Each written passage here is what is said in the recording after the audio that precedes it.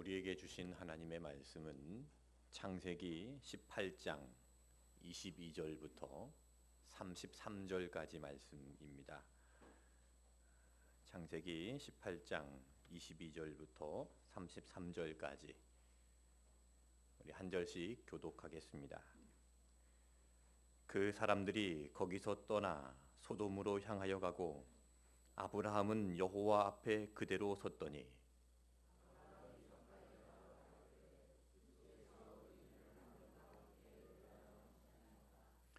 그 성 중에 의인 50명이 있을지라도 주께서 그곳을 멸하시고 그 50의인을 위하여 용서하지 아니하시리이까.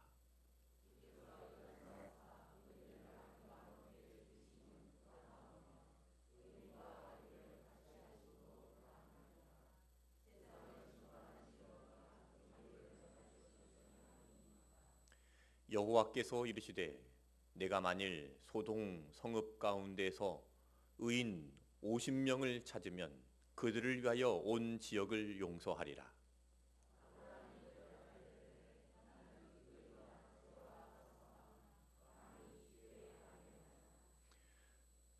오십 의인 중에 5명이 부족하다면 그 5명이 부족함으로 말미암아 온 성읍을 멸하시리이까. 이르시되 내가 거기서 45명을 찾으면 멸하지 아니하리라.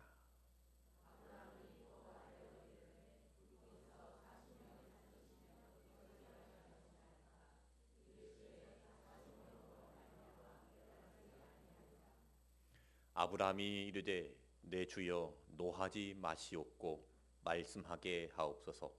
거기서 30명을 찾으시면 어찌하려 하시나이까. 이르시되 내가 거기서 30명을 찾으면 그리하지 아니하리라.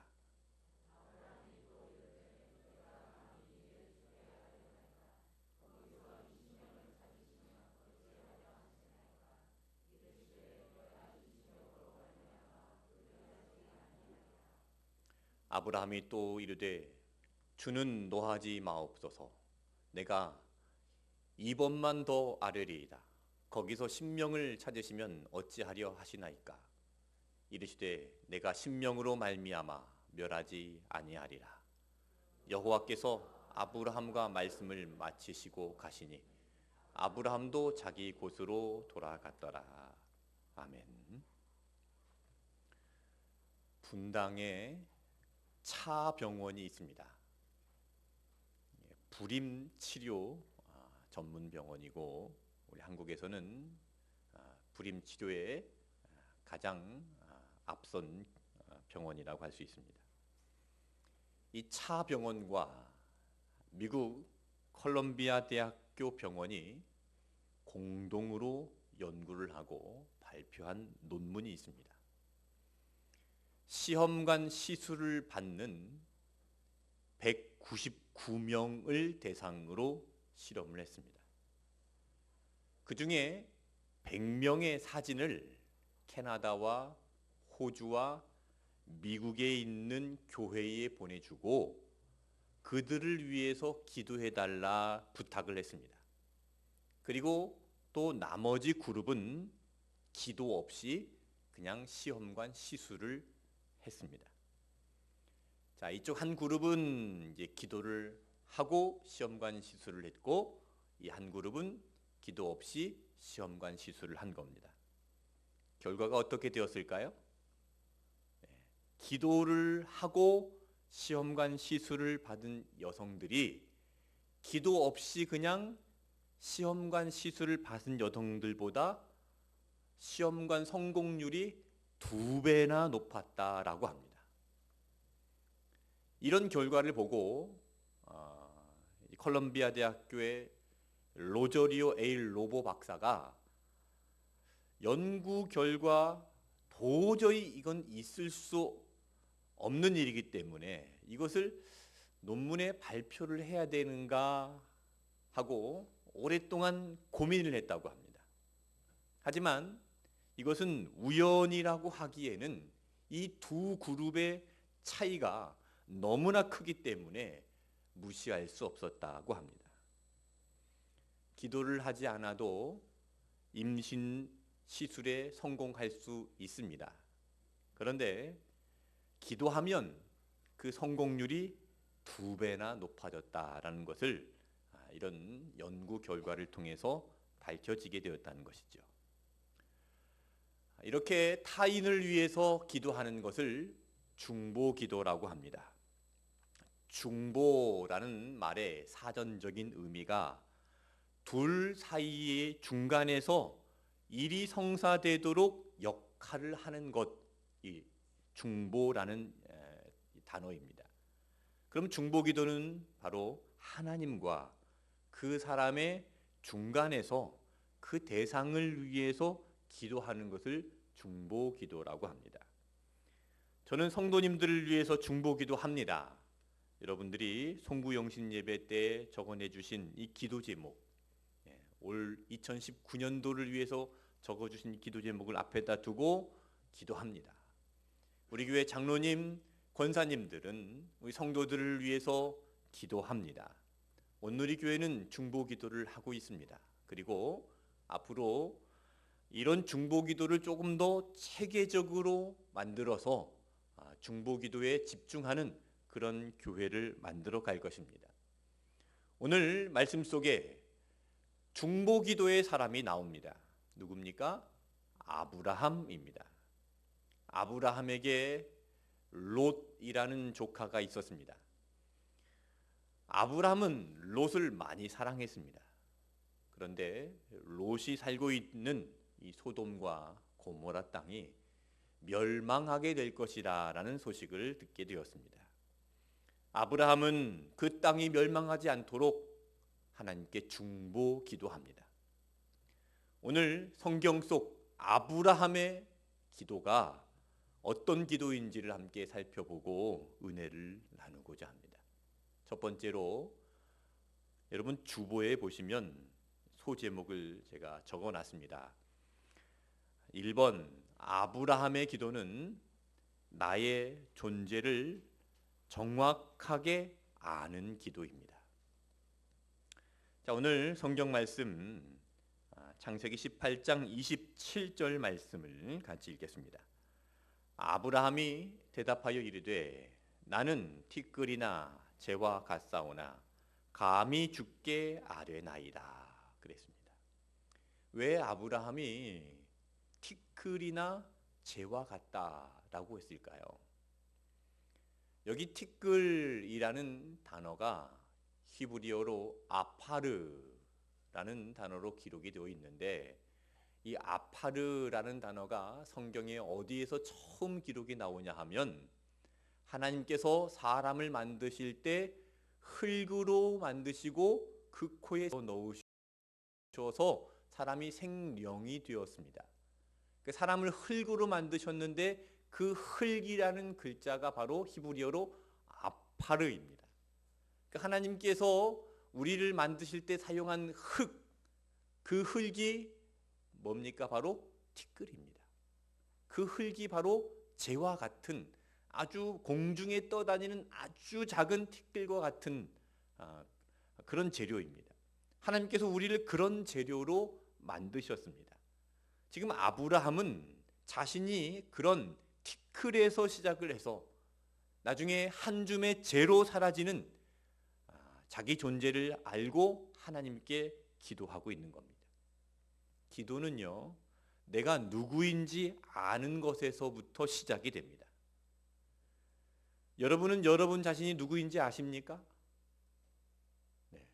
알렉산더 황제가 죽을 때에 유명한 유언을 남겼습니다.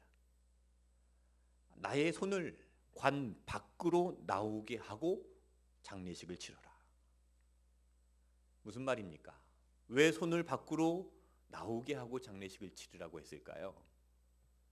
알렉산더는 젊은 나이에 천하를 얻은 황제였습니다. 더 이상 정복할 땅이 없어서 울었다는 이야기도 있습니다.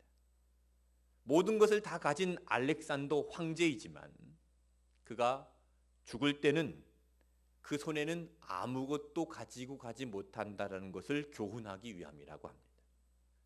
빈손이라는 말이죠. 우리가 이 땅에서 많은 재물과 많은 명예와 많은 사랑, 많은 권력, 많은 인기, 많은 자랑, 많은 경력을 가졌다 할지라도 아무것도 아님을 알아야 됩니다. 티끌에서 왔다가 한 줌의 재로 돌아가는 인생입니다. 기도하는 사람은 내가 누구인지 분명히 알아야 합니다. 아브라함의 이 고백처럼 티끌에서 왔다가 재로 돌아가는 존재라는 것을 아는 것이 기도의 시작입니다. 아무것도 아닌 것을 아는 것이 바로 기도자의 자세입니다. 그런데 이렇게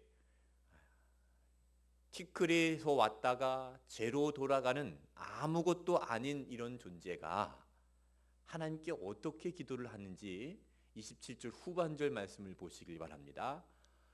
나는 티끌이나 재와 같사오나 감히 주께 아뢰나이다 그랬습니다.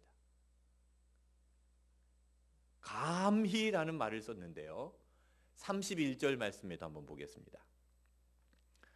아브라함이 또 이르되 내가 감히 내 주께 아뢰나이다 그랬습니다. 그러니까 티끌이나 재와 같은 아무것도 아닌 존재가 감히 하나님께 기도를 하고 있는 것이죠.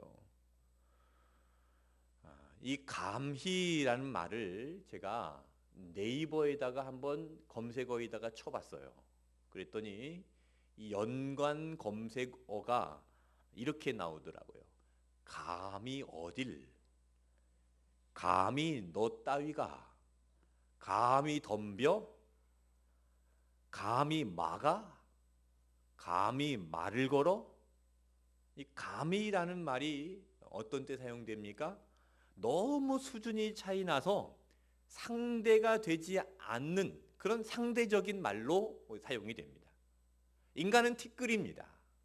그리고 재로 돌아가는 아무것도 아닌 인생입니다. 하나님은 어떤 분이십니까? 그 티끌로 사람을 만드신 창조주이십니다. 그러니까 나와 하나님과의 수준은 너무나 큰 차이가 납니다. 그러나 기도는요, 여기에서부터 시작이 되는 겁니다. 우리의 기도는 기도하기에 합당하지 않은 나 같은 사람이 감히 하나님 앞에 기도하는 것입니다. 감히 하나님 앞에 설 수도 없고 자격도 없고 죄인이고 정말 아무것도 아닌 존재일지 모르지만 하나님께 기도할 수 있는 은혜를 하나님께서 우리에게 허락해 주셨습니다. 그런 은혜가 우리에게 있습니다. 요한복음 1장 12절 말씀을 읽어보겠습니다. 영접하는 자, 곧 그 이름을 믿는 자들에게는 하나님의 자녀가 되는 권세를 주셨으니. 자, 여기 그 이름을 믿는 그 이름이 누구의 이름입니까? 예수 그리스도의 이름입니다. 예수 그리스도의 이름으로 우리가 감히 하나님의 자녀가 된 것입니다. 그것을 자녀의 권세라고 말씀하고 있는 것이죠. 여러분, 우리는 예수님의 이름으로 하나님에게 감히 아버지라고 부르며 기도할 수 있는 은혜를 받은 사람인 줄로 믿습니다. 이 감히 앞에 용자를 한번 붙여보세요. 그러면 무슨 글자가 됩니까? 용감이가 됩니다. 나는 부족할지라도, 나는 연약할지라도, 나는 자격이 없고 티끌과 같은 한 줌의 재로 끝나버리는 인생이라 할지라도 하나님을 아버지라 부를 수 있는 그런 용감함으로 하나님께 기도하는 저와 여러분이 되시기를 주님의 이름으로 축복합니다. 두 번째로 아브라함의 기도는 하나님의 공의를 구하는 기도입니다. 오늘 읽어본 창세기 18장 본문의 내용을 보면 아브라함이 단순하게 소돔과 고모라 성을 멸망시키지 말아달라라는 기도처럼 보일 수 있습니다.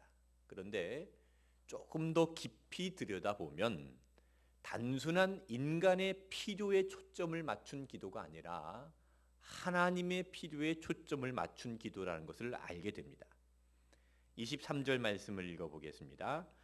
아브라함이 가까이 나아가 이르되 주께서 의인을 악인과 함께 멸하려 하시나이까. 하나님은 의인이 멸망하기를 원치 않으십니다. 그것이 하나님의 공의입니다. 아브라함의 기도는 지금 하나님의 공의를 구하는 기도입니다. 25절 말씀도 읽어보겠습니다. 주께서 이같이 하사 의인을 악인과 함께 죽이심은 부당하오며 의인과 악인을 같이 하심도 부당하나이다. 세상을 심판하시는 이가 정의를 행하실 것이 아니니까. 세상을 심판하시는 이가 누구입니까? 공의의 하나님이십니다. 공의의 하나님이 세상을 심판하시고 판결하십니다. 법원에 가면 판사가 있지요. 판사가 판결을 내리는데 죄가 없는 사람에게 아무런 잘못도 하지 않고 죄가 없는 사람에게 사형 판결을 내린다면, 자, 그 판사는 공의로운 판사입니까? 아닙니까? 공의로운 판사가 될 수 없죠. 죄가 없는데 왜 사형 판결을 내립니까? 마찬가지로 공의의 하나님은 의인이 멸망하는 것을 원치 않으십니다. 아브라함은 지금 그 공의의 하나님께 호소하고 있는 것이죠. 아브라함의 기도는 단순히 소돔과 고모라를 멸망시키지 말아달라, 거기 있는 악인들을 죽이지 말아달라는 요청이 아니라 철저히 하나님의 필요와 하나님의 공의에 초점을 맞춘 기도입니다. 이 기도에 하나님께서 응답하셨죠. 26절 읽겠습니다. 여호와께서 이르시되 내가 만일 소돔 성읍 가운데에서 의인 50명을 찾으면 그들을 위하여 온 지역을 용서하리라. 만약에 의인을 찾으면 그 의인으로 인해서 온 지역을 다 용서하겠다. 이것은 하나님의 긍휼입니다. 하나님께서 긍휼히 여기시는 거예요. 누구 때문에요? 의인 때문에 긍휼히 여기시는 겁니다.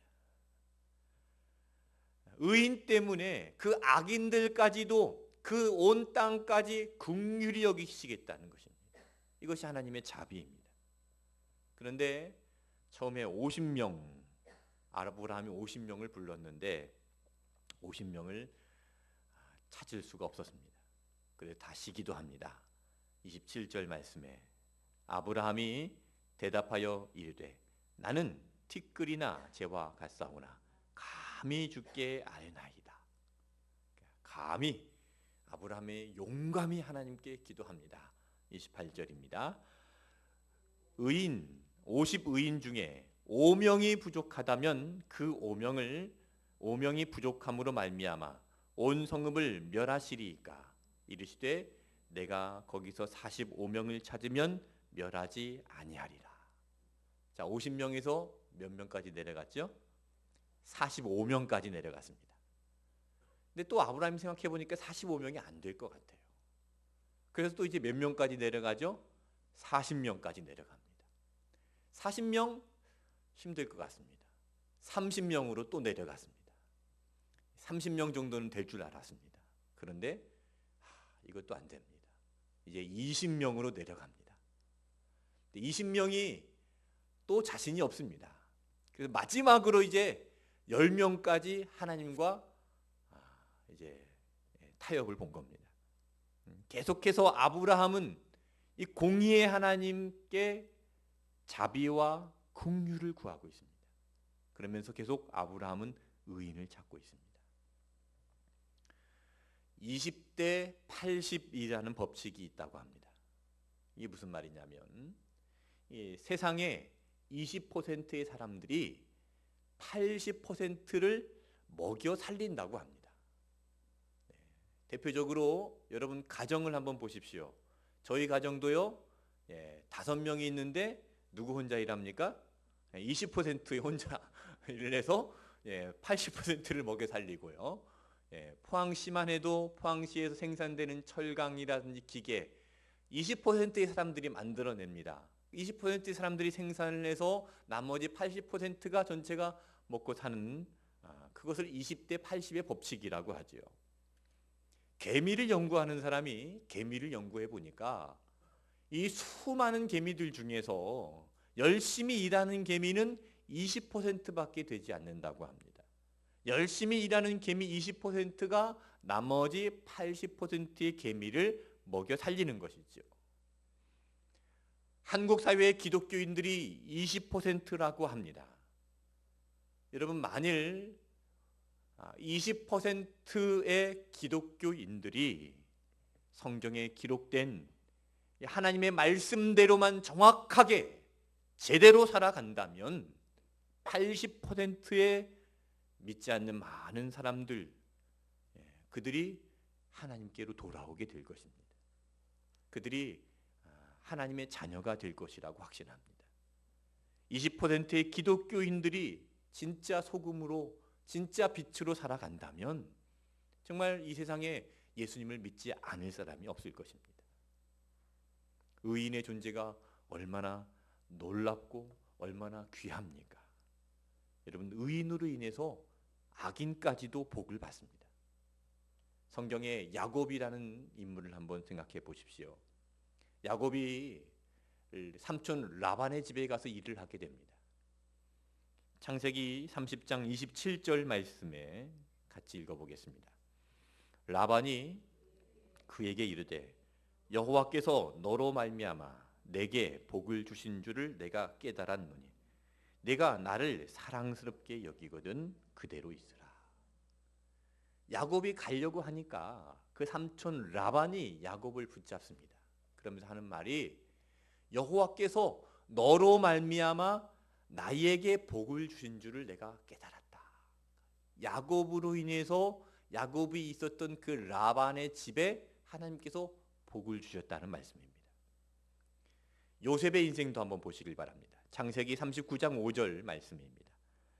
그가 요셉에게 자기의 집과 그의 모든 소유물을 주관하게 한 때부터 여호와께서 요셉을 위하여 그 애굽 사람의 집에 복을 내리심으로 여호와의 복이 그 집과 밭에 있는 모든 소유에 미친지라. 자, 그 애굽 사람의 집이 누구의 집입니까? 보디발 장군의 집입니다.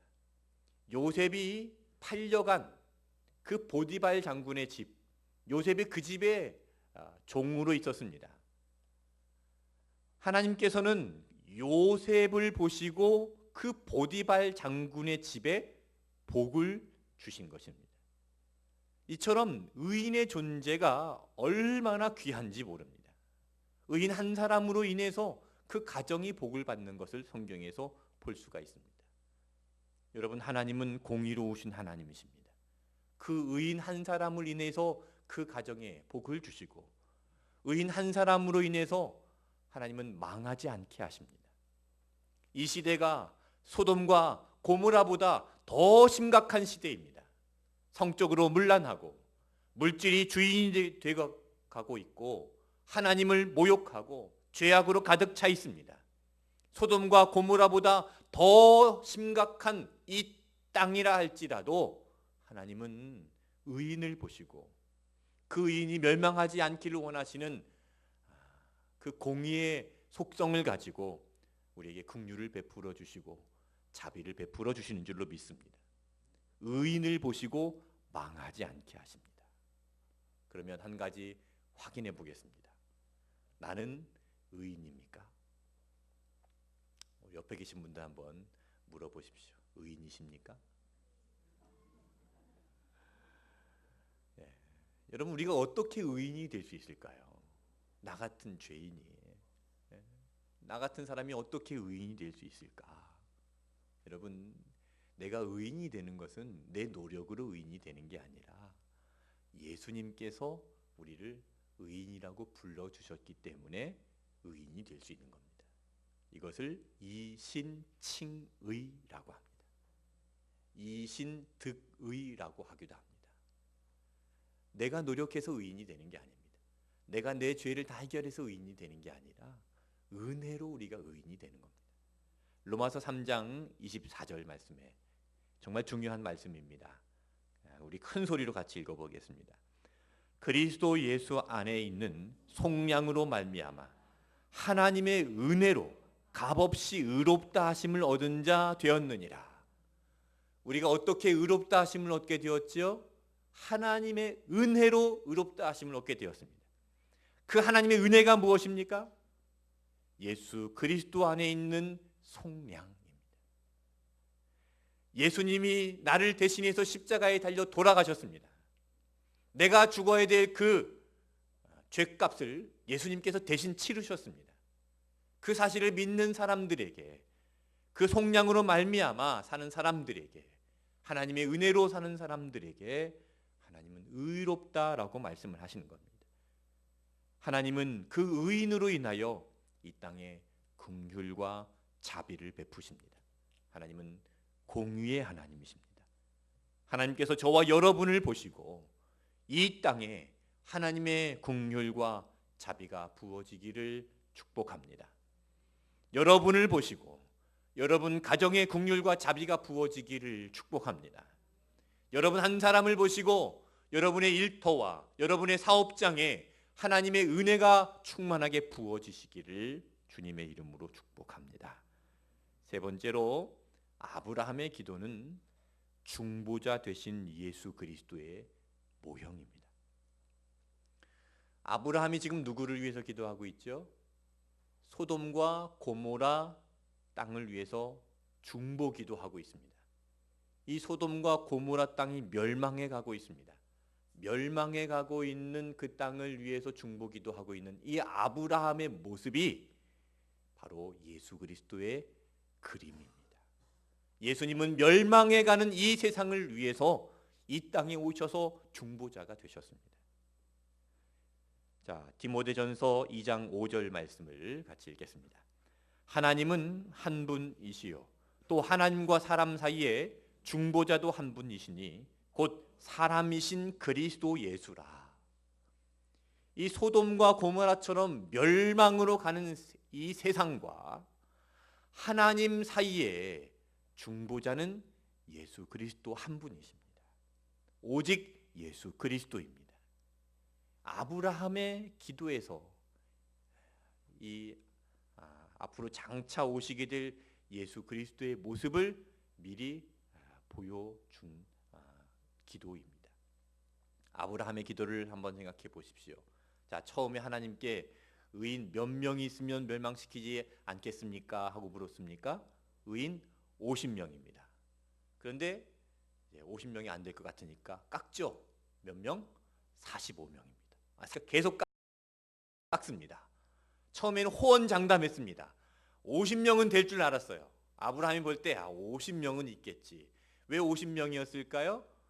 아브라함의 조카 롯이 그 땅에 들어가 있는데 그래도 조카 롯이 롯 가족들과 또 이제 롯 주변에 있는 사람들 그래도 50명은 그 땅에 있는 사람들 다 죄를 짓고 이 사람들이 다 성적으로 문란하고 하나님을 잊어버려도 그래도 하나님 아는 사람 50명은 있을 줄 알았습니다. 호언장담했습니다.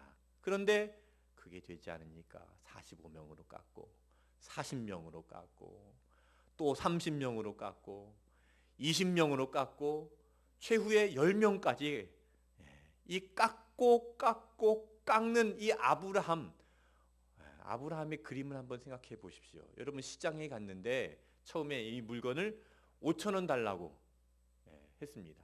그런데 5,000원이 없어요. 자, 4,500원 달라고 했습니다. 그럼 주인이 4,500원에 주겠다고 했어요. 4,500원이 또 없어요. 4,000원으로 깎았습니다. 4,000원도 없네요. 3,000원으로, 2,000원으로, 1,000원으로 깎았습니다. 자, 얼마나 창피합니까? 그렇죠? 얼마나 부끄럽습니까? 이 아브라함의 모습에서 정말 아브라함이 얼마나 하나님께 부끄러웠을까 그런 생각을 했습니다. 그런 부끄러움 속에서도 아브라함이 포기하지 않는 이유가 무엇이죠? 그 사랑입니다. 그 땅 거기에 있는 조카 롯과 가족들을 아브라함이 사랑하는 거예요. 포기할 수 없는 겁니다. 여러분 바로 이것이 예수님의 사랑인 줄로 믿습니다. 포기할 수 없는 그 사랑이 예수님의 사랑입니다. 예수님은 그 사랑을 위해서 부끄러움을 당하셨습니다. 수치를 당하셨습니다. 십자가에서 모든 옷이 다 벗겨짐을 당하셨습니다. 매를 맞으셨습니다. 그 사랑, 포기할 수 없는 사랑 때문에 예수님은 그런 수치와 부끄러움과 그런 모멸을 당하셨습니다. 그러므로 우리가 구원받은 하나님의 백성이 된 줄로 믿습니다. 자, 그리고 이 멸망할 땅, 소돔과 고모라 땅에 지금 누가 살고 있습니까? 아브라함의 조카 롯이 그 땅에 살고 있습니다. 롯은 아브라함을 따라다니면서 많은 복을 받은 사람입니다. 그러니까 아브라함의 덕을 많이 받았죠. 아브라함이 복을 받으면서 롯도 아브라함 옆에 있으면서 같이 복을 받았습니다. 그래서 아브라함의 가축들도 많아지고 롯의 가축들도 많아졌습니다. 가축들이 많아지니까 이 많은 가축들을 데리고 한꺼번에 함께 동거할 수가 없었습니다. 그래서 이제 우리 분가하자. 가축들이 많아서 더 이상 우리가 함께 다닐 수 없다. 아브라함이 롯에게 먼저 제안을 하죠.